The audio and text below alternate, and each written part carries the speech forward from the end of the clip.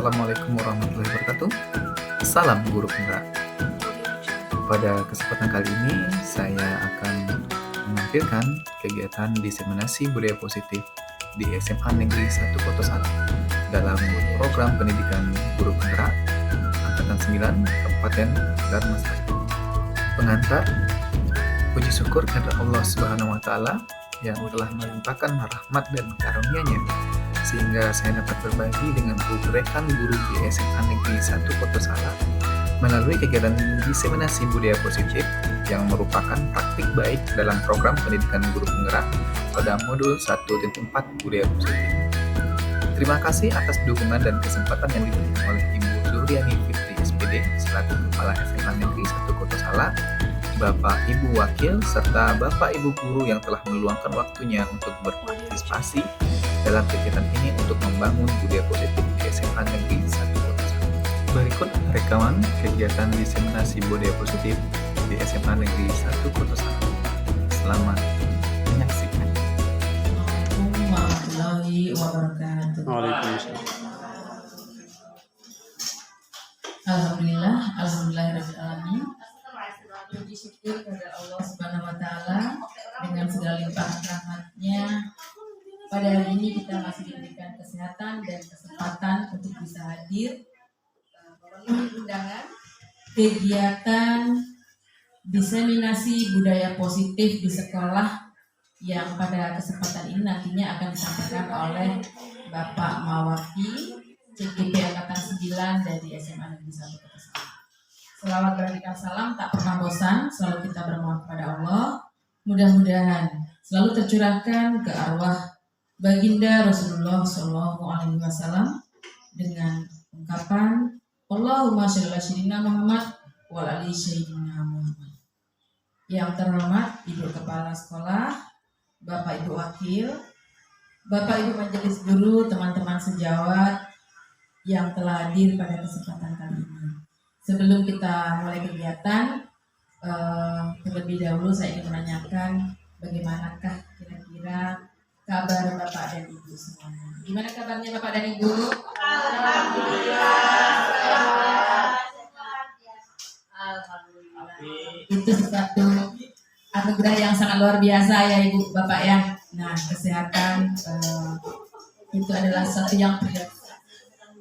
Baik Bapak dan Ibu, untuk memulai acara pada pagi menjelang siang ini, marilah bersama-sama kita membukanya dengan mengucapkan basmalah. Bismillahirrahmanirrahim. Dengan harapan apa yang akan kita lakukan nanti berjalan lancar dan diridhoi oleh Allah Subhanahu wa Ta'ala. Amin amin ya rabbal alamin. Baik Bapak dan Ibu, untuk kesempatan ini kita mintakan kesediaan dari wakil kurikulum yang mewakili kepala sekolah untuk memberikan pengarahan pada kegiatan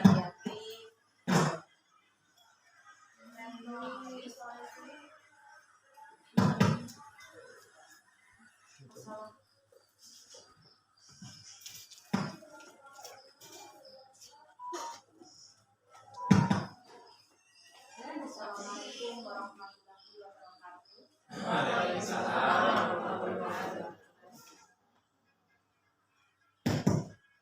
Kata-kata mukadimah dan penghormatan kita ucapkan kepada pimpinan sebelumnya.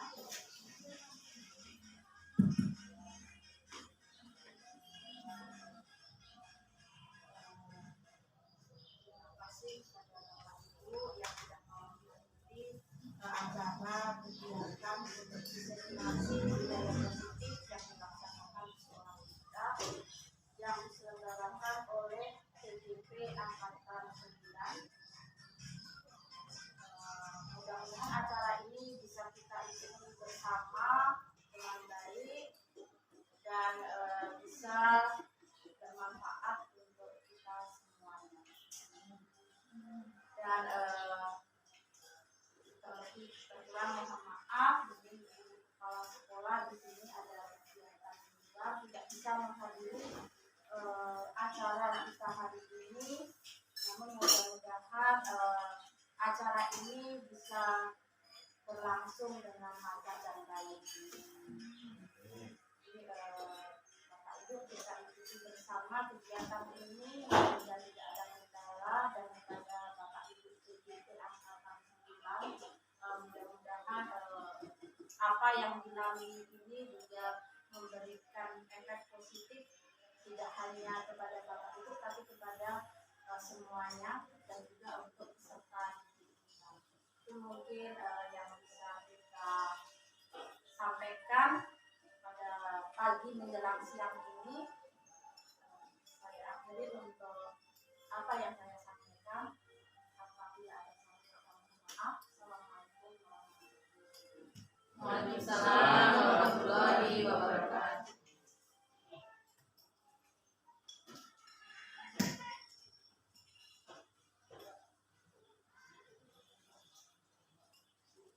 Terima kasih kita ucapkan kepada Ibu Tapriyanti selaku pimpinan kepala sekolah yang telah memberikan arahan kepada kita semuanya. Harapan bersama apa yang kita lakukan ini memang bermanfaat dan berdampak untuk kebaikan di sekolah. Bapak dan Ibu, marilah sama-sama selanjutnya kita perhatikan dan kita dengarkan ya, presentasi dari Pak Mawardi yang akan menyampaikan aksi nyata dari kegiatan diseminasi budaya positif. Nah, kepada Pak Mawardi.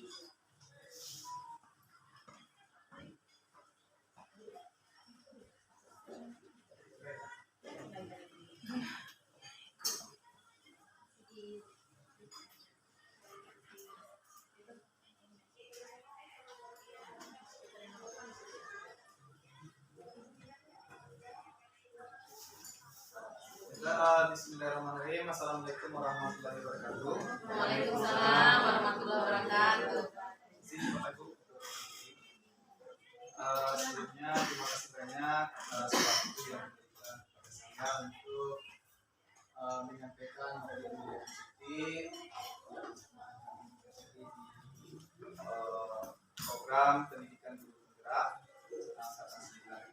Terima kasih banyak mengucapkan pada pimpinan hari ini waktu 2000 dan artis 2020. Kemudian terima kasih banyak pada Bapak Ibu yang telah bersedia hadir dan meluangkan waktunya untuk bisa hadir dalam kegiatan ini. Di sini Bapak Ibu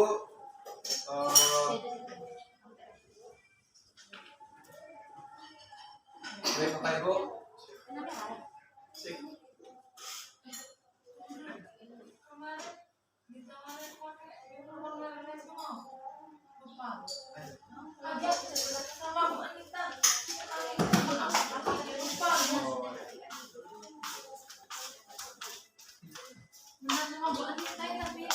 di pos aja. Di pos di dulu Pak, aku aja salah Pak, di mana Pak posnya?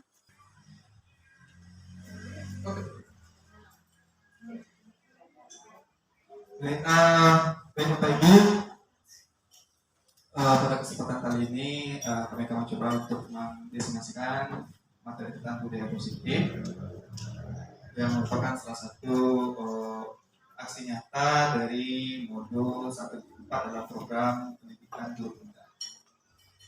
Baik, Bapak Ibu.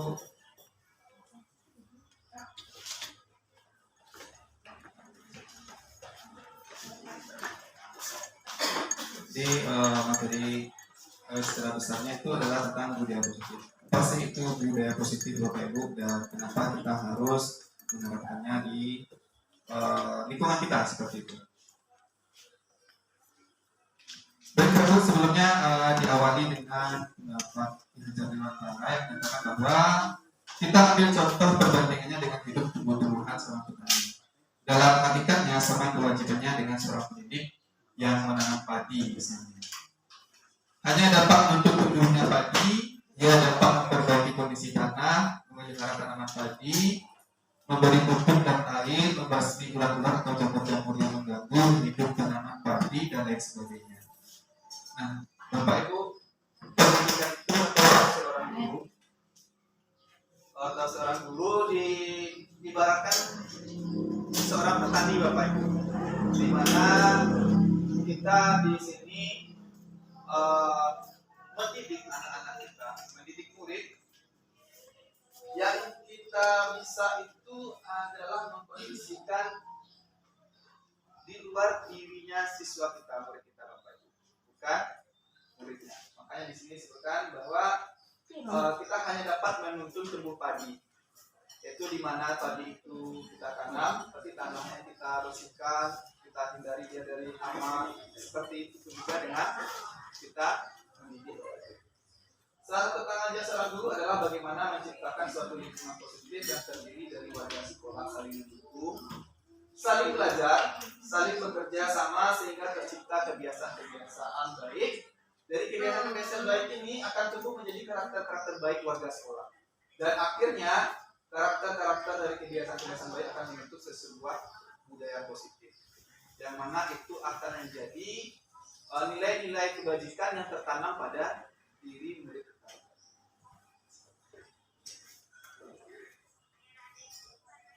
Nah, sebelum kita lanjut Bapak Ibu, mari kita melakukan pengamatan dan refleksi dengan menjawab pertanyaan berikut. Nah, yang pertama itu, apa pentingnya kita menciptakan suasana positif di lingkungan kita? Kira-kira penting nggak Bapak Ibu? Penting. Apa itu pentingnya Bapak Ibu? Kenapa kita harus menciptakan suasana yang positif? Segala sesuatu yang kita lakukan dengan positif, hasilnya pasti positif. Ya, Ya. terima kasih Ibu ya. Jadi segala sesuatu yang positif itu akan menghasilkan yang positif. Kemudian sebagai seorang pendidik atau pimpinan sekolah, bagaimana Anda dapat menciptakan suasana positif di lingkungan Anda selama ini? Selama ini bagaimana kita menciptakan budaya lingkungan yang suasana positif itu baik? Mungkin di kelas kita, bagaimana Bapak Ibu? Apakah kita sudah menerapkannya di kelas kita ketika pembelajaran? Sudah? Sudah. Kemudian, apakah hubungan antara menciptakan suasana yang positif dengan proses pembelajaran yang berpihak pada murid? Apakah ada hubungannya Bapak Ibu dengan suasana positif itu akan pembelajaran yang akan berpihak pada murid? Sangat berpihak sekali ya. Dan itu akan sangat membantu murid kita dalam proses belajar. Bagaimana penerapan disiplin saat ini di sekolah Anda? Apakah sudah diterapkan dengan efektif? Bila belum, apa yang menurut Anda masih perlu diperbaiki dan dikembangkan? Nah, apakah di sekolah kita penerapan disiplinnya sudah bagus, Bapak Ibu? Sudah? Mungkin ada Bapak Ibu yang ingin memberikan ini? Sudah? Ya. Boleh jujur ya, silakan. Karena ini kita akan melihat sekolah kita ini bagaimana dan apa yang akan harus kita lakukan ke depannya seperti itu. Silakan Juli. Terima kasih atas kesempatan yang diberikan. Menurut saya disiplin SMA ini belum terlaksana dengan baik, karena kita masih melihat banyak dari anak-anak kita yang masih lalai dengan aturan yang sudah kita sepakati. Yang pertama, yang kedua, banyak anak-anak yang masih abai juga. Terus yang kedua, yang ketiga, anak-anak kita masih berserak. Jadi mungkin perlu tindakan khusus agar kondisi itu tidak mendesak. Ya. Terima kasih. Jadi harus ada tindakan yang konkret ya Bu Dwi ya, agar penerapan ini dapat terlaksana dengan baik di sekolah. Baik, sebelum kita lanjut Bapak Ibu, mari kita mencoba sesuatu permainan. Cobalah buka Bapak Ibu. Ya. Ya. Bapak Ibu boleh berdiri Bapak Ibu. Ya, Bapak Ibu boleh berdiri. Di sini salah satu ini akan bermainnya secara berpasangan-pasangan Bapak Ibu. Nah, mungkin salah satu nanti Bapak Ibu nanti salah satunya akan mengepalkan tangannya dan Bapak Ibu bayangkan di dalam kepalan tangan Bapak itu ada satu yang berharga.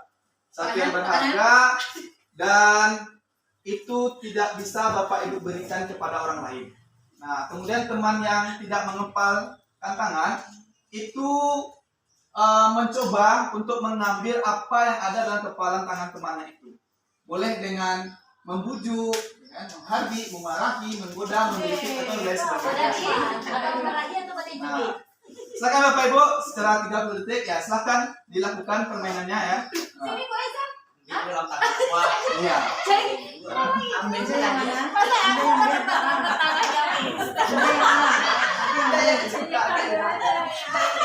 Bayangkan itu yang berharga, sesuatu yang berharga dari Mister itu wanita juga penting juga.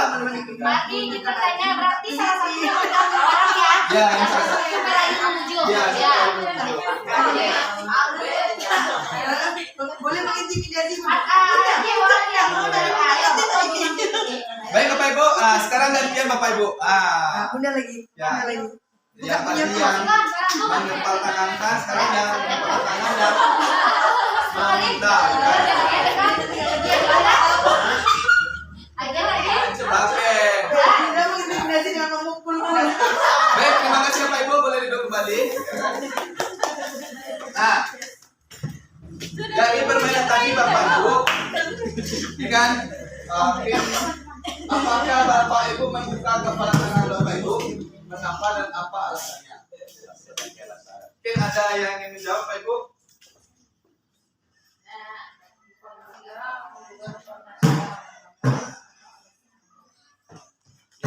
Apa alasannya kita tidak? Apakah Anda membuka kepala tangan Anda? Mungkin Bu Ayu tadi membuka, Bu Ayu? Ya, buka Pak. Membuka alasannya Bu Ayu? Karena termasuk ingin sekali dengan rasa penasarannya melihat apa yang saya tahu. Dan Bu Ayu tergoda. Kasih. Kemudian kalau Bundo gimana Bundo? Kami buka tangan karena barang ini berharga. Kami kasihkan sama orang yang Iya. sangat disayang. Ternyata guru di SMA Auto Salah inilah guru yang baik-baik dan perhatian dengan saudaranya. Baik Bapak Ibu, dalam kita ini sebenarnya siapa yang memegang kendali atau kontrol untuk membuka atau menutup kepala tangan Bapak Ibu? Siapa yang mempunyai kendali Bapak Ibu? Diri? Ya bagus sekali Pak Septian. Jadi diri kita Jadi kita mau membuka atau tidak mau membuka itu tergantung pada diri kita. Karena yang bisa kita atur itu adalah diri kita sendiri. Kita tidak bisa mengontrol orang lain Bapak Ibu. Begitupun juga di sekolah ini, kita tidak bisa mengontrol murid kita. Yang bisa kita kontrol adalah diri kita sendiri. Nah, seperti itu Bapak Ibu. Kemudian Dr. William Glasser dalam kontrol teori yang kemudian hari berkembang dan dinamakan choice story meluruskan beberapa miskonsepsi tentang makna kontrol. Yang pertama, ilusi guru mengontrol muridnya. Apakah selama ini kita bisa mengontrol murid Bapak Ibu? Bisa? Apakah selama ini kita bisa mengontrol murid? Bisa? Nah, ilusi guru mengontrol murid. Kenapa? Pada dasarnya kita tidak dapat memaksa murid untuk berbuat sesuatu jika murid tersebut memilih untuk tidak melakukannya. Walaupun tampaknya guru sedang mengontrol perilaku murid, hal demikian terjadi karena murid sedang mengizinkan dirinya dikontrol. Saat itu, bentuk kontrol guru menjadi kebutuhan dasar yang dipilih murid tersebut. Teori kontrol menyatakan bahwa semua perilaku memiliki tujuan, bahkan terhadap perilaku yang tidak disukai. Jadi sebenarnya Bapak Ibu, jika sama halnya tadi kita bermain game, jika teman kita tadi tidak ingin memberikan, maka dia tidak akan membuka kepala tangannya. Seperti itu pun juga murid kita. Kalau murid kita itu tidak ingin kita kontrol, kita tidak akan bisa mengontrol murid tersebut. Kemudian selanjutnya, ilusi bahwa semua penguatan positif efektif dan bermanfaat. Jadi tidak semua penguatan positif itu efektif dan bermanfaat. Kenapa? Penguatan positif atau bujukan adalah bentuk-bentuk kontrol. Segala usaha untuk mempengaruhi murid agar mengulangi suatu perilaku tertentu adalah suatu usaha untuk mengontrol murid tersebut dalam jangka waktu tertentu. Jadi kita tidak semua penguatan itu yang akan efektif dan bermanfaat Bapak Ibu. Kemudian ilusi bahwa kritik dan membuat orang merasa bersalah dapat menguatkan karakter. Nah, kita biasa ini ya Pak Ibu ya, mohon masukan, kritikan, dan saran untuk membangun diri kita sendiri. Tapi tidak semuanya Bapak Ibu dapat menguatkan karakter. Kenapa? Menggunakan kritik dan rasa bersalah untuk mengontrol murid menuju pada identitas gagal, mereka belajar untuk merasa buruk tentang diri mereka. Kadangkala sulit bagi guru untuk mengidentifikasi bahwa mereka sedang melakukan perilaku ini, karena seringkali guru cukup menggunakan suara halus untuk menyampaikan pesan negatif. Nah, kemudian selanjutnya, ilusi bahwa orang dewasa memiliki hak untuk memaksa. Nah, biasanya kita nih kalau udah dewasa pasti kita punya power yang kuat ya Pak Ibu. Ya, ternyata tidak memiliki hak untuk memaksa. Banyak orang dewasa yang percaya bahwa mereka memiliki tanggung jawab untuk membuat murid-murid berbuat hal-hal tertentu. Adapun yang dilakukan dapat diterima selama ada sebuah kemajuan berdasarkan sebuah pengukuran kinerja. Pada saat itu pula orang dewasa akan menyadari bahwa perilaku memaksa tidak akan efektif untuk jangka waktu panjang dan sebuah hubungan permusuhan akan terbentuk. Nah, sama juga seperti yang disampaikan oleh Ibu Dwi tadi, bahwa banyak anak kita itu yang masih banyak berkeliaran di luar ketika jam pelajaran seperti itu.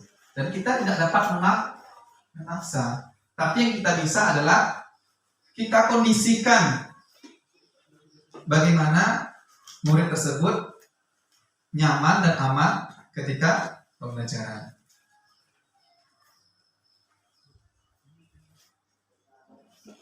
Nah, bagaimana seseorang bisa berubah dari paradigma stimulus respon kepada pendekatan dari kontrol? Stephen R. Covey dalam Principle Centered Leadership mengatakan bahwa ini itu bahasa PN. Bila kita ingin membuat kemajuan perlahan, sedikit-sedikit, ubahlah sikap atau perilaku Anda. Namun bila kita ingin memperbaiki cara-cara utama kita, maka kita perlu mengubah kerangka acuan kita. Ubahlah bagaimana Anda melihat dunia, bagaimana Anda berpikir tentang manusia, ubahlah paradigma Anda, skema pemahaman dan penjelasan aspek-aspek tertentu tentang realitas. Jadi, kalau kita ingin memperbaiki cara-cara utama kita, harus ada yang kita rubah Bapak Ibu. Acuan kita, cara berpikir kita, paradigma kita tentang realitas. Kemudian kata disiplin. Kita sering sekali menggunakan kata disiplin, apalagi untuk siswa kita Bapak Ibu. Kamu tidak disiplin dan lain sebagainya. Sebenarnya apa sih Bapak Ibu itu disiplin Bapak Ibu? Ya, yang selama kita tahu tuh disiplin itu apa? Selalu berhubungan dengan melalui peraturan, tata tertib, seperti itu ya Bapak Ibu ya. Iya. Nah, ketika mendengar kata disiplin, apa yang terbayang di benak Anda, apa yang terlintas di pikiran Anda, kebanyakan orang akan menghubungkan kata disiplin dengan tata tertib, teratur, dan kepatuhan pada peraturan. Itu yang biasa kita gunakan dalam kata disiplin. Kata disiplin juga sering dihubungkan dengan hukuman. Jadi kalau siswa kita tidak disiplin, kita hukum. Justru itu adalah salah satu alternatif terakhir dan bila perlu tidak digunakan sama sekali. Jadi penghukuman itu Bapak Ibu, jalan terakhir kita gunakan untuk menerapkan disiplin ini. Dalam budaya kita, makna kata disiplin dimaknai menjadi sesuatu yang dilakukan seseorang pada orang lain untuk mendapatkan kepatuhan. Kita cenderung menghubungkan kata disiplin dengan ketidaknyamanan. Ki Hajar Dewantara menyatakan, di mana ada kemerdekaan, disitulah harus ada disiplin yang kuat. Sungguh pun disiplin itu bersifat self-disiplin, yaitu kita sendiri yang mewajibkan kita dengan sekeras-kerasnya, tetapi itu sama saja, sebab jikalau kita tidak melakukan self-disiplin, wajiblah penguasa lain mendisiplinkan diri kita. Dan peraturan demikian itulah harus ada dalam suasana yang merdeka. Jadi Bapak Ibu, apa yang kita lakukan selama ini di sekolah ini adalah ketika murid kita itu tidak bisa melakukan pendisiplinan dirinya, maka kita sebagai guru di sini, sebagai penguasa, sebagai penuntun di sini, untuk menuntun mereka untuk mendisiplinkan diri mereka, seperti itu. Definisi kata merdeka menurut Ki Hajar Dewantara adalah merdeka itu jarwanya Nora mulai passing panggreh ngingkunga buat kuasa ambil priyakan. Iya. Maklum itu lidahnya.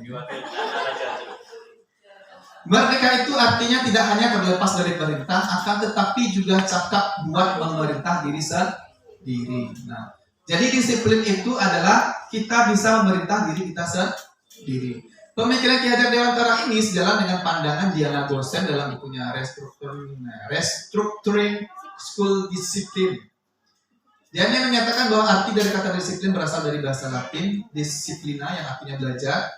Kata disiplin juga berasal dari akar kata yang sama dengan disciple atau murid atau pengikut. Untuk menjadi seorang murid atau pengikut, seseorang harus paham betul alasan mengapa mereka mengikuti suatu aliran atau ajaran tertentu. Sehingga motivasi terbangun adalah motivasi intrinsik, bukan ekstrinsik. Sebagai pendidik, tujuan kita adalah menciptakan anak-anak yang memiliki disiplin diri, sehingga mereka bisa berperilaku dengan mengacu pada nilai-nilai kebajikan universal dan memiliki motivasi intrinsik, bukan ekstrinsik. Motivasi intrinsik itu adalah motivasi yang ada dalam diri murid itu Bapak Ibu, bukan motivasi ekstrinsik. Motivasi ekstrinsik itu adalah motivasi yang kita berikan tadi. Itulah yang tadi ketika seorang tidak bisa mendisiplinkan dirinya, maka butuh orang lain untuk mendisiplinkan dirinya. Nilai-nilai kebajikan universal, beberapa institusi organisasi pendidikan telah memiliki nilai-nilai kebajikan yang diyakini dan sepakati bersama. Salah satunya adalah nilai-nilai kebajikan yang ingin dicapai oleh setiap anak Indonesia yang kita kenal dengan profil pelajar Pancasila. Jadi kebajikan universal itu ada beberapa Bapak Ibu, tapi yang kita gunakan dalam sekolah kita dan yang ingin kita capai sesuai dengan acuan pendidikan nasional itu adalah profil pelajar Pancasila, yaitu ada beriman bertakwa kepada Tuhan Yang Maha Esa dan berakhlak mulia, mandiri, bernalar kritis, berkebinekaan global, bergotong royong dan kreatif. Kemudian ada juga Ibor Primary Years Program, ada beberapa, tapi intinya sama Bapak Ibu, yaitu penanaman nilai-nilai kebajikan terhadap murid-muridnya. 9 pilar karakter, kemudian juga petunjuk seumur hidup dan keterampilan hidup dari Lifelong with Length and Life Scale. Kemudian Divertus Project nilai-nilai kebajikan. Ada peduli, rajin, integritas, dan lain sebagainya Bapak Ibu. Yang sebenarnya yang sudah kita lakukan di dalam pembelajaran untuk menanamkan nilai-nilai kebajikan kepada murid kita. Kemudian teori motivasi, hukuman, dan penghargaan dan restitusi. Ada 3 motivasi perilaku manusia. Diana Gosen dalam bukunya menyatakan ada 3 motivasi perilaku. Yang pertama, motivasi yang pertama itu adalah untuk menghindari ketidaknyamanan atau hukuman Bapak Ibu. Nah, ini adalah tingkat rendah dari motivasi perilaku manusia. Biasanya orang yang motivasi perilakunya untuk menghindari hukuman atau ketidaknyamanan akan bertanya apa yang akan terjadi apabila saya tidak melakukannya. Contoh Bapak Ibu, kalau kita nyusun modul ajar, membuat modul ajar misalnya. Kalau kita tidak membuat modul ajar, nanti tidak di ACC, SK mungkin, SKP kita. Nah, itu salah satu bentuk dari menghindari ketidaknyamanan atau hukuman. Begitupun juga siswa Bapak Ibu. Ketika siswa kita merasa mereka akan dihukum, mereka akan melakukannya. Nah, itulah motivasi yang terendah. Kemudian motivasi kedua, untuk mendapatkan imbalan atau penghargaan dari orang lain. Nah, orang dengan motivasi ini akan bertanya apa yang akan saya dapatkan apabila saya melakukannya. Nah, jadi misalnya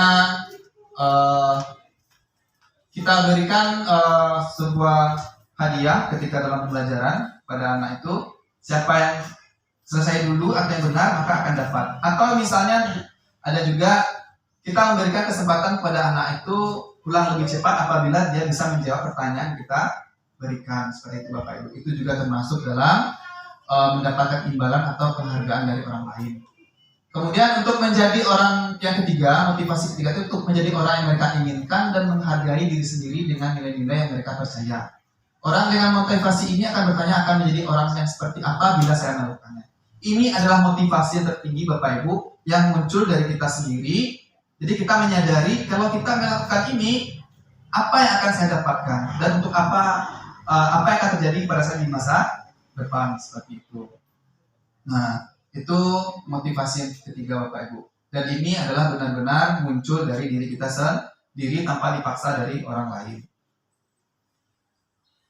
Tujuan dari disiplin positif adalah menanamkan motivasi ketiga pada murid-murid kita, yaitu menjadi orang yang mereka inginkan dan menghargai diri sendiri dengan nilai-nilai yang mereka percaya. Ketika murid-murid kita memiliki motivasi tersebut, mereka telah memiliki motivasi intrinsik yang berdampak jangka panjang. Motivasi yang tidak akan terpengaruh pada adanya hukuman atau hadiah.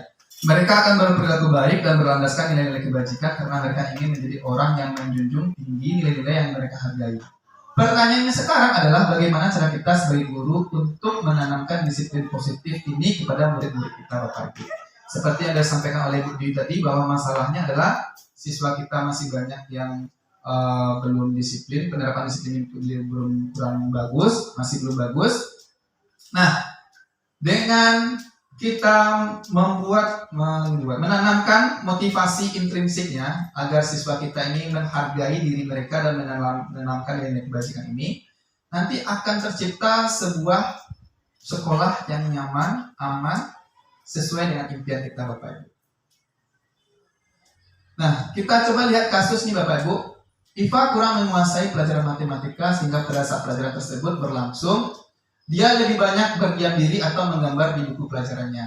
Pada saat guru matematikanya, Pak Seno menanyakan pertanyaan Iva menjadi gugup dan tak sengaja menjatuhkan tasnya dari kursi, serta tiba-tiba menjadi gagap pada saat berupaya menjawab. Seluruh kelas pun tertawa melihat perilaku Iva yang bicara tergagap dan terkejut tersebut. Pak Seno pada saat itu membiarkan teman-teman Iva menertawakan Iva yang tergagap dan malu luar biasa. Dan malahan minta Iva untuk maju ke depan dan berdiri di depan kelas sambil menunjuk hidungnya karena tidak bisa menjawab pertanyaan Pak Seno. Kelas makin gaduh dan anak-anak pun tertawa melihat Iva di depan kelas memegang ujung hidungnya. Nah, kira-kira menurut Bapak Ibu, bagaimana dengan tindakan yang dilakukan oleh Pak Seno ini kepada Iva ini? Apakah ini cerminan kita dalam kelas atau bagaimana nih Bapak Ibu? Tidak ya. Dan ya sebenarnya ini akan membuat siswa kita itu menjadi lebih terpuruk lagi Bapak Ibu. Semestinya kita tidak melakukan hal yang bisa dilakukan oleh Pak Seno tadi. Harusnya kita harus mengetahui kenapa kok si Iva ini berdiam diri atau menggambar di buku pelajaran seperti itu. Hukuman, konsekuensi, dan restitusi. Kata disiplin tanpa tambahan kata positif di belakangnya sesungguhnya sudah merupakan identitas sukses dan hukuman merupakan identitas gagal. Disiplin sudah bermakna positif terbagi dua bagian, yaitu disiplin dalam bentuk konsekuensi dan disiplin dalam bentuk restitusi. Nah ini Bapak Ibu bentuknya Bapak Ibu, identitas gagal, hukuman. Sesuatu yang menyakitkan harus terjadi. Itu yang terjadi pada Iva tadi oleh Pak Seno tadi. Harusnya identitas suksesnya itu adalah sesuatu harus terjadi. Bagaimana harusnya kejadian tadi itu bisa lebih baik. Kemudian restitusi merupakan pilihan. Tidak nyaman untuk murid, anak untuk jangka waktu yang panjang. Kalau konsekuensi tidak nyaman untuk murid, anak untuk jangka waktu pendek. Sedangkan restitusi itu menguatkan untuk murid, anak dalam jangka waktu yang panjang.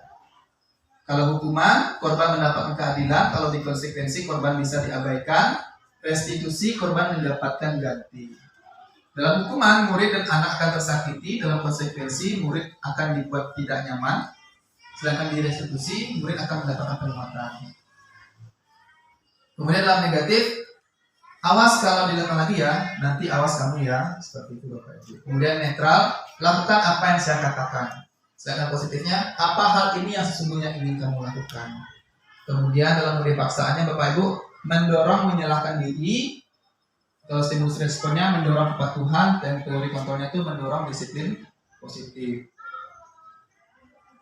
Hukuman bersifat tidak terencana atau tiba-tiba. Anak atau murid tidak tahu apa yang akan terjadi dan tidak dilibatkan. Hukuman bersifat satu arah dari pihak guru yang memberikan dan murid hanya menerima suatu hukuman tanpa melalui suatu kesepakatan.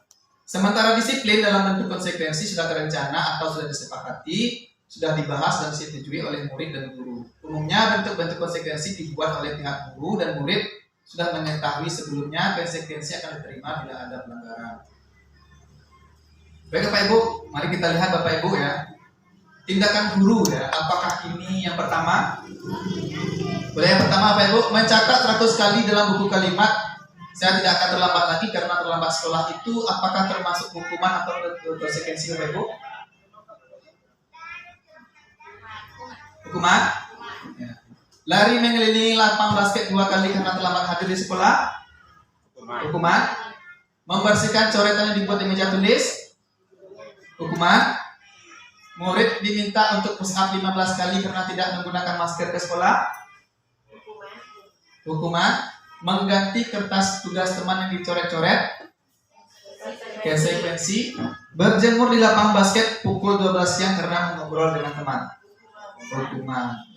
Jadi seperti yang Bapak Ibu sampaikan tadi, ya inilah perbedaannya hukuman dan konsekuensi. Hukuman itu adalah suatu tindakan yang kita lakukan tanpa ada kesepakatan dengan antara guru dan murid Bapak Ibu. Contoh, murid terlambat datang ke sekolah, kita suruh membuang sampah. Itu adalah hukuman karena tidak ada kesepakatan. Tapi kalau misalnya siswa bermain HP ketika jam pelajaran, kita ambil HP-nya dan tidak kita berikan, itu hukuman atau konsekuensi?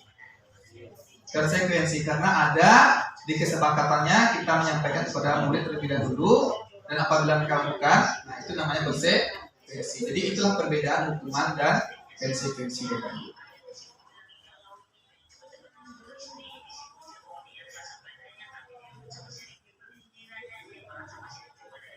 Kemudian dihukum oleh penghargaan. Saat kita berulang kali menyanyikan hadiah kepada anak-anak atau bertanggung jawab, atau kepada seorang murid akan mempelajari sesuatu yang baru, atau kepada seorang karyawan agar melakukan pekerjaan berkualitas, kita sedang berasumsi mereka tidak dapat melakukannya atau mereka tidak akan memilih untuk melakukannya. Nah, Koan selanjutnya juga mengungkapkan beberapa pernyataan dari hasil pengamatannya tentang tindakan memberikan penghargaan yang nilainya sama dengan menghukum. Jadi memberikan penghargaan itu ternyata sama dengan menghukum Bapak Ibu. Yang pertama pengaruhnya jangka pendek dan jangka panjang. Nah, jika kita menginginkan suatu tindakan itu dalam jangka pendek, maka kita berikan penghargaan atau hadiah. Nah, sedangkan dalam jangka panjangnya itu tidak akan efektif Bapak Ibu. Penghargaan tidak efektif, kenapa? Karena tidak bisa menanamkan nilai-nilai kebajikan itu secara motivasi intrinsiknya. Penghargaan merusak hubungan. Kenapa? Karena ketika misalnya dalam kelas itu ada murid Bapak Ibu dan mereka itu berkompetitif, jika salah satunya kita beri penghargaan dan satunya tidak kita beri penghargaan, itu akan sangat merusak hubungan mereka dan bisa saja mereka tidak ingin bertegur sapa karena ingin menciptakan kompetisi. Penghargaan mengurangi ketepatan. Dengan penghargaan itu siswa akan murid akan berpikir untuk lebih cepat Bapak Ibu, bukan tentang lebih ketepatannya. Penghargaan menurunkan kualitas, penghargaan mematikan kreativitas, penghargaan itu menghukum, penghargaan itu tidak muncul demotivasi dari dalam diri murid tersebut. Restitusi. Nah, yang terakhir itu adalah restitusi, sebuah cara menangani disiplin positif pada murid. Restitusi adalah proses menciptakan kondisi bagi murid untuk memperbaiki kesalahan mereka, sehingga mereka bisa kembali pada kelompok mereka dengan karakter yang lebih kuat. Restitusi membantu murid menjadi lebih memiliki tujuan, disiplin positif, dan memulihkan dirinya setelah berbuat salah. Penekanannya bukanlah pada bagaimana berperilaku untuk menyenangkan orang lain atau menghindari ketidaknyamanan, namun tujuannya adalah menjadi orang yang menghargai nilai-nilai kebajikan yang mereka percayai. Ciri-ciri restitusi Bapak Ibu, yang pertama restitusi bukan untuk menebus kesalahan, namun untuk belajar dari kesalahan. Restitusi memperbaiki hubungan. Restitusi adalah tawaran bukan paksaan. Restitusi menuntut untuk melihat ke dalam diri. Restitusi mencari kebenaran dasar yang biasa digunakan. Restitusi diri adalah cara yang paling baik. Restitusi fokus pada karakter bukan tindakan. Restitusi menguatkan, restitusi fokus pada solusi, restitusi menguatkan murid yang berbuat salah pada kelompoknya. Kemudian setelah kita mengenai itu, maka kita masuk ke keyakinan kelas Bapak Ibu. Mengapa tidak peraturan saja, mengapa harus keyakinan kelas? Kenapa Bapak Ibu? Kenapa kita harus membuat keyakinan kelas, kenapa tidak keyakinan kelas? Kenapa Bapak Ibu? Ada Bapak Ibu yang ingin jawab kira-kira? Ya, kalau tidak ada, mari kita lanjut Bapak Ibu. Nah, kira-kira kenapa keyakinan kelas?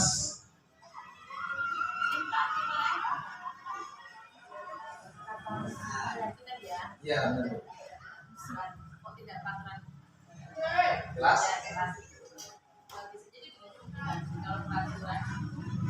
Berasal dari satu pihak, tapi kalau pihak sudah berdasarkan jadi satu arah dari atau sekolah kalau keyakinan dari sebuah. Terima kasih Bu Mulyani ya.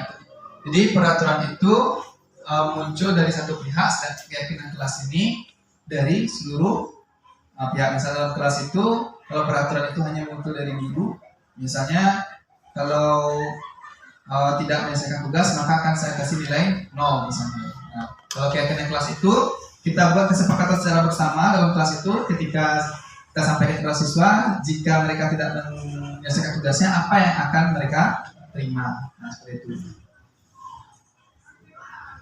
Nilai-nilai keselamatan atau kesehatan inilah yang disebut dengan keyakinan. Nilai kebajikan universal yang disepakati. Mengapa kita memiliki peraturan harus menggunakan helm bila mengendarai kendaraan roda 2? Kenapa Pak Ibu? Ya, silakan Reza.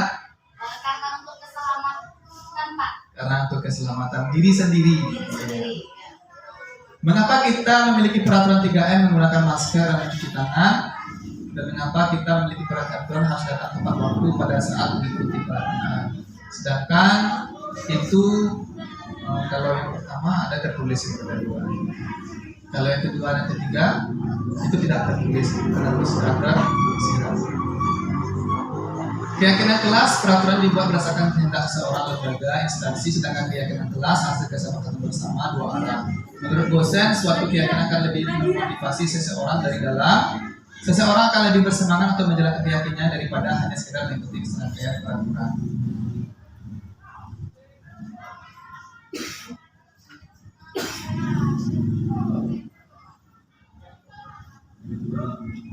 Nah, ini Bapak Ibu, peraturan. Nah, kembalikan barang ke tempatnya. Peraturan kembalikan barang ke tempatnya. Nilai kebajikan yang tujuh adalah bertanggung jawab. Dilarang mengganggu orang lain, itu nilai kebajikannya menghormati, hadir di sekolah 15 menit sebelum pelajaran, disiplin, dilarang melakukan kekerasan keamanan, dilarang menggunakan narkoba, keselamatan dan kesehatan, bergantian atau menunggu giliran, kesabaran dan tertib, dilarang merokok itu kesehatan dan keselamatan, gunakan masker itu kesehatan, dan berjalan di kelas dan di koridor itu untuk nilai kebajikan keamanan. Ini prosedur keyakinan kelas Bapak Ibu. Ya. Ini keyakinan kelas 1, setiap anggota kelas, contoh ya Bapak Ibu, ini contoh satu keyakinan kelas. Setiap anggota kelas perlu belajar, setiap anggota kelas perlu senang, setiap anggota kelas perlu melakukan tugas, setiap anggota kelas perlu saling menghargai, dan setiap anggota kelas perlu merasa aman.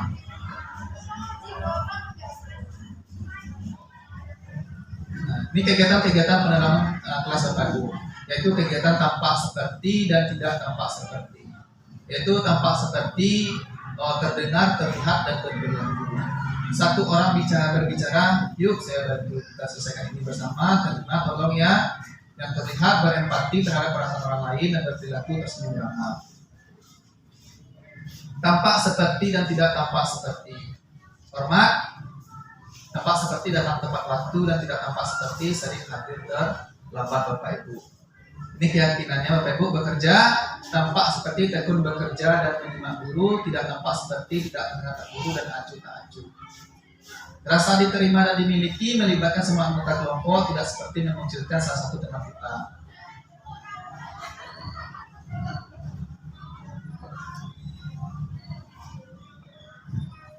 Nah, ini pendalamannya Bu. Apa guru tugasnya apa dan guru tugasnya bukan, dan juga selanjutnya. Guru tugasnya adalah mengajar, mendidik, menjawab pertanyaan, memberi nilai. Guru tugasnya bukan menyakiti atau disakiti, memaksa kamu untuk belajar. Murid tugasnya belajar, murid tugasnya bukan menyakiti atau disakiti. Ini contoh penerapan membuat keyakinan kelas Bapak Ibu. Kita skip saja.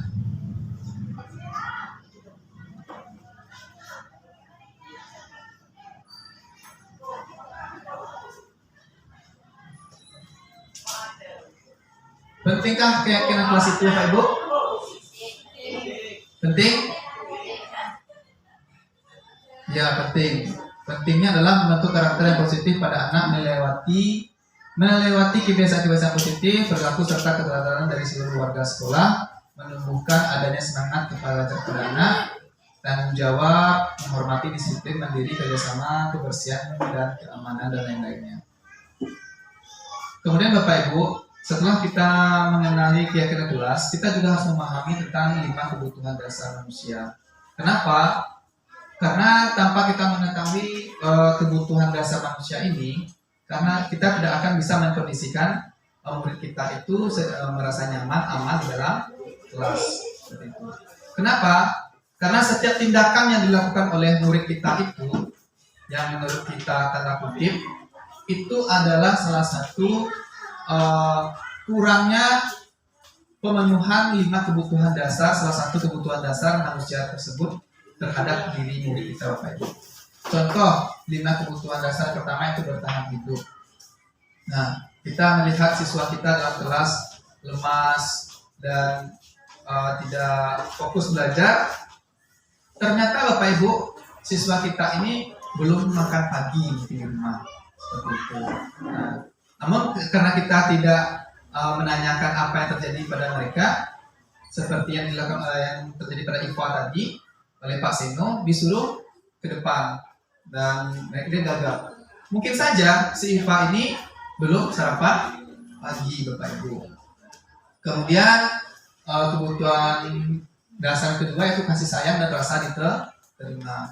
Mungkin di dalam kelas ada siswa kita yang suka mencari perhatian Bapak Ibu. Mungkin saja siswa kita itu kurang mendapatkan kasih sayang mereka di rumah, dan mereka mencari perhatian di sekolah agar diterima dan diperhatikan oleh orang lain.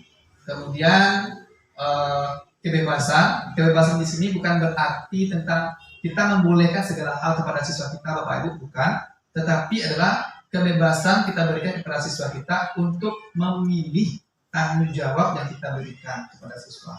Nah, begitu. Kemudian kesenangan. Nah, seperti yang terjadi kasus kemarin itu Bapak Ibu di kelas 11 IPS 3. Nah, kalau saya lihat itu adalah bahwa kelas di 11 IPS 3 itu kebutuhan kesenangannya tidak terpenuhi. Nah, maka dari itu tugas kita Bapak Ibu yang harusnya memenuhi kebutuhan kesenangan mereka. Caranya bagaimana? Ya, kita menciptakan pembelajaran yang menyenangkan bagi mereka. Kemudian penguasaan.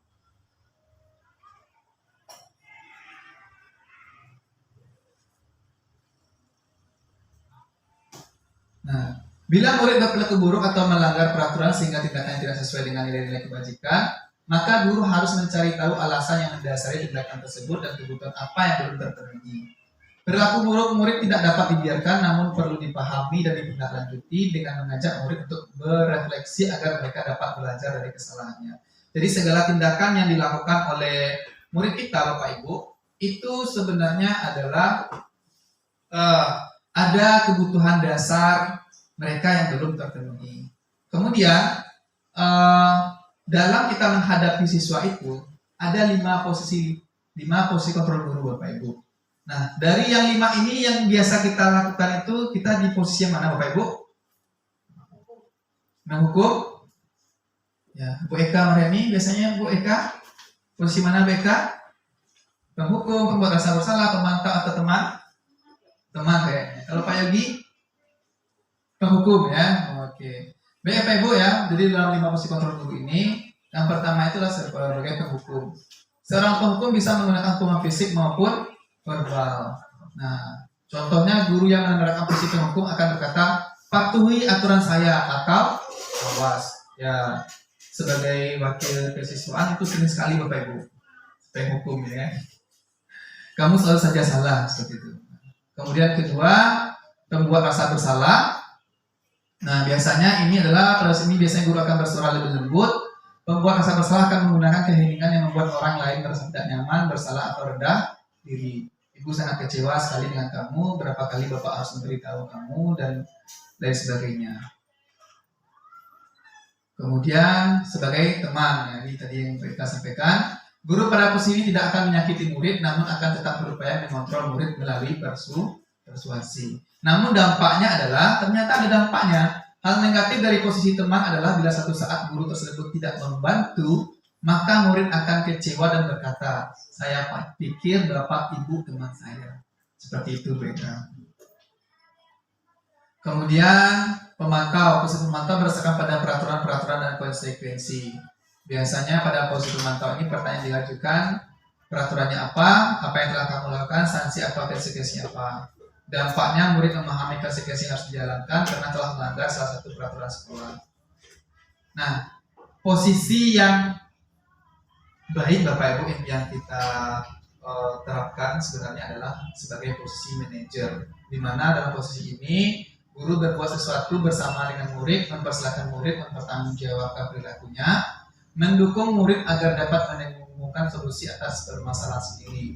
Jadi pada posisi manajer ini kita fokus pada murid, bukan untuk membahagiakan guru atau orang tua. Murid sudah mengetahui adanya suatu masalah dan sesuatu tertentu terjadi. Pada posisi manajer, guru akan mengembalikan tanggung jawab pada murid untuk mencari jalan keluar permasalahannya. Jadi kita memberikan permasalahannya itu, mencari jalan keluarnya itu di siswa kita Pak Ibu, bukan pada diri kita. Kita hanya membimbing atau menuntut. Nah, dalam melakukan posisi manajer tadi, yang kita bisa lakukan itu adalah dengan menggunakan penerapan segitiga restitusi. Apa itu restitusi? Nah, di segitiga restitusi itu langkah-langkahnya adalah menstabilkan identitas, validasi kebutuhan, dan menanyakan keyakinan.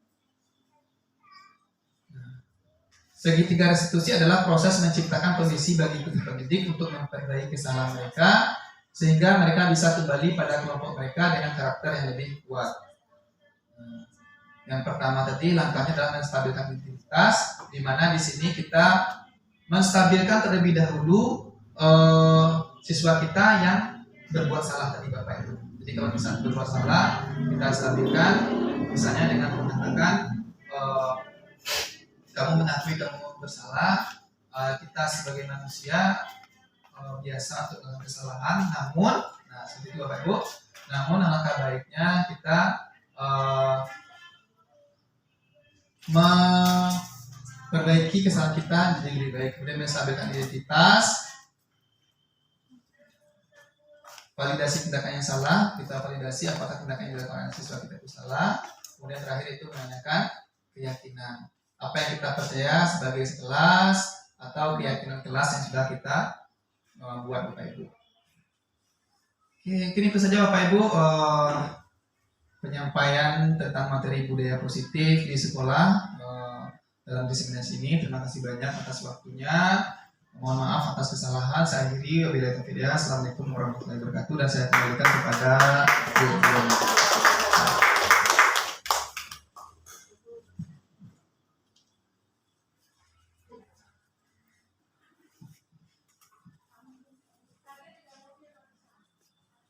Ya, terima kasih kita ucapkan kepada Pak Ardi yang telah mempresentasikan ya, mendiseminasikan tentang materi budaya positif di sekolah. Bahwasanya memang apa yang beliau sampaikan tadi itu adalah hal-hal yang beliau peroleh selama mengikuti program pendidikan guru penggerak. Dan mungkin Bapak dan Ibu, mari kita bersama-sama, mudah-mudahan melalui ini setelah kita sama-sama mengetahui, kita nantinya bisa menerapkannya, bisa merefleksi diri kita sendiri ya sebagai guru, apakah yang sudah kita lakukan selama ini sebenarnya menurut kita baik, positif, ternyata belum gitu ya Mbak Eka ya. Nah, jadi sama-sama kita terus menggali, mengeksplor diri, mencari berbagai informasi, dan menerapkan apa-apa yang tadi sudah disampaikan oleh Bapak Mawardi bagian dari pendidikan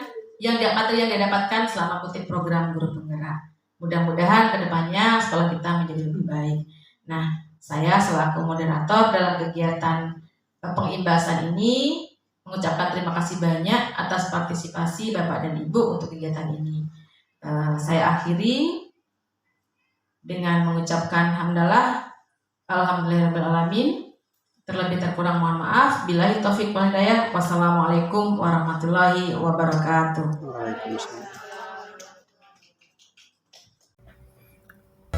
Dokumentasi kegiatan diseminasi budaya positif di SMA Negeri 1 Kota Salam.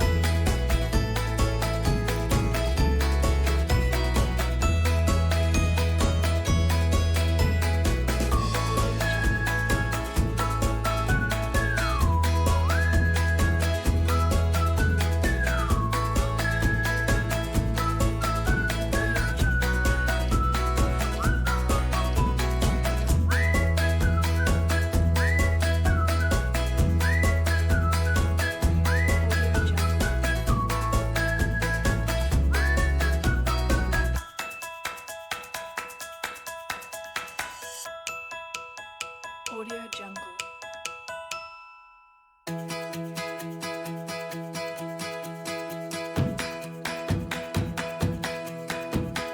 Audio Jungle.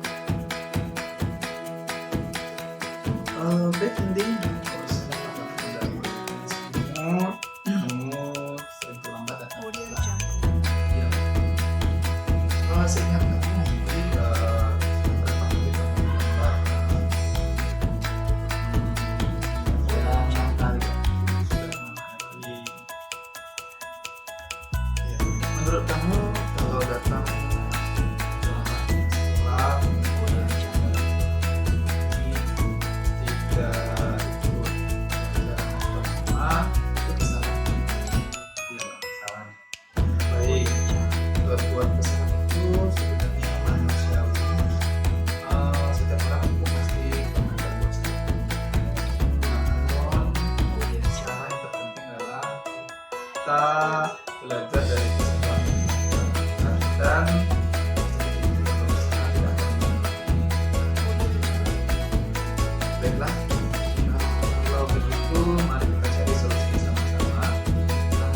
Dalam bulan ini, kamu sudah terlambat. Kamu pasti punya alasan mengapa menjadi ini dan itu. Kira-kira ini saya Pak sekali jam malam belajar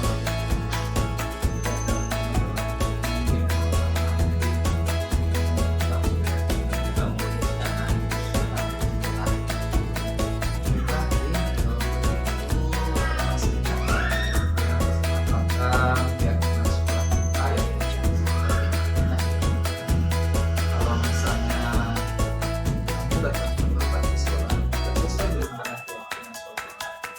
Audio Jungle. Nah, kalau begitu Indi, menurut kamu keyakinan kelas yang mana yang telah kamu lakukan? di kedisiplinan Pak. Ya, disiplin. Menurut kamu disiplin itu penting tidak untuk kamu, Indi? Penting Pak karena menurut saya disiplin itu membuat saya datang ke sekolah lebih awal dan bisa menghargai waktu. Betul sekali, Indi. Menghargai waktu itu sangat penting dan tentunya sangat bermanfaat untuk kita. Sama halnya kita menghargai orang-orang yang ada di sekitar kita. Dan juga tugas-tugas tidak terlalu menumpuk dan juga bisa melatih rasa kepedulian kita terhadap orang lain. Ya Pak, saya sangat menyesal sudah seringkali terlambat ke sekolah dan tidak mengikuti apa yang tadi. Oke. Sikap minta maaf ini sebenarnya sudah bagus untuk kamu, Andi. Kalau begitu, menurut kamu, apa yang perlu kamu lakukan sehingga datang tidak terlambat lagi ke sekolah? Saya akan usahakan Pak, saya akan tidur lebih awal dan saya tidak akan main game lagi sampai larut malam.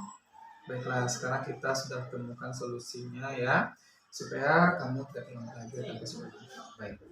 Sekarang kamu sudah bisa kembali ke kelas dan karena kamu ada banyak tugas yang tidak kamu kerjakan selama 6 kali terlambat, nanti silahkan kamu kerjakan dalam tapi kembali. Ya Pak, sekali lagi saya minta maaf ya Pak. Saya izin ke kelas lagi. Ya, silakan. Refleksi kegiatan diseminasi budaya positif di SMA Negeri 1 Koto Salak. Refleksi kegiatan diseminasi budaya positif. Kegiatan diseminasi budaya positif ini merupakan praktik baik dalam program pendidikan guru penggerak pada modul 1.4 budaya positif. Kegiatan ini dilaksanakan pada Jumat 20 Oktober 2023 di SMA Negeri 1 Koto Salak dengan peserta Bapak Ibu rekan guru di SMA Negeri 1 Koto Salak dan materi tentang budaya positif, teori motivasi, keyakinan kelas, posisi kontrol guru, dan segitiga restitusi. Dalam kegiatan diseminasi ini, banyak hal yang saya rasakan. Pertama, saya merasa gugup dalam menyampaikan diseminasi budaya positif karena berbagi dengan rekan guru yang luar biasa. Kedua, saya merasa senang dan bersemangat bisa berbagi dengan rekan guru untuk mewujudkan budaya positif di SMA Negeri 1 Koto Salak. Banyak hal yang dapat saya pelajari dalam melakukan praktik baik ini, seperti manajemen waktu, berkoordinasi dengan unsur pimpinan, mengumpulkan rekan guru, serta mencoba berbagi pengalaman dengan rekan guru yang hebat. Harapan saya setelah melakukan kegiatan ini dapat mengubah paradigma rekan guru tentang budaya positif di sekolah, serta dapat menerapkan keyakinan kelas, menempatkan posisi kontrol yang tepat, dan menerapkan segitiga restitusi untuk menumbuhkan budaya positif di SMA Negeri 1 Koto Salak, sehingga tertanam nilai-nilai kebajikan profil pelajar Pancasila pada murid.